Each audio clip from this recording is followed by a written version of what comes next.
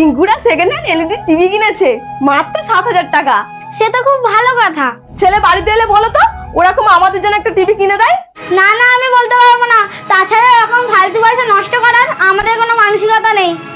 ঘরে তো একটা টিভি নেই, কিনলেও বা ক্ষতি কি? ঘরে দুখানা মোবাইল আছে, সেগুলোতে তো রিচার্জ করতে হয়। আপনার যখন কিছু দেখার ইচ্ছা হবে আমার মোবাইল থেকে দেখে নেবেন।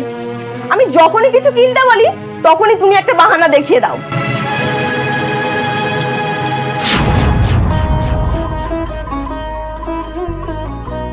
শাড়িটা দারুণ তো, এই শাড়িটা অর্ডার করব।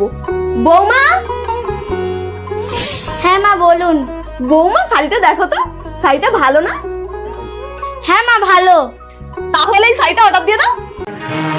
মা আপনার মাথা ঠিক আছে তো? এই শাড়িটার দাম 5,000 টাকা।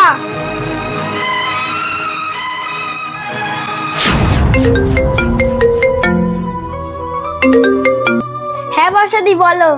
এ মিষ্টি, আমরা পাড়ার বউরা মিলে দীঘায় পিকনিকে যাচ্ছি। তোর নাম কিন্তু লিস্টে আছে। তোর ভাগে 2,000 টাকা চাঁদা পড়েছে। না গো দিদি, আমার কাছে অত টাকা নেই। কেন, তোর বর কি তোকে টাকা দেয় না নাকি?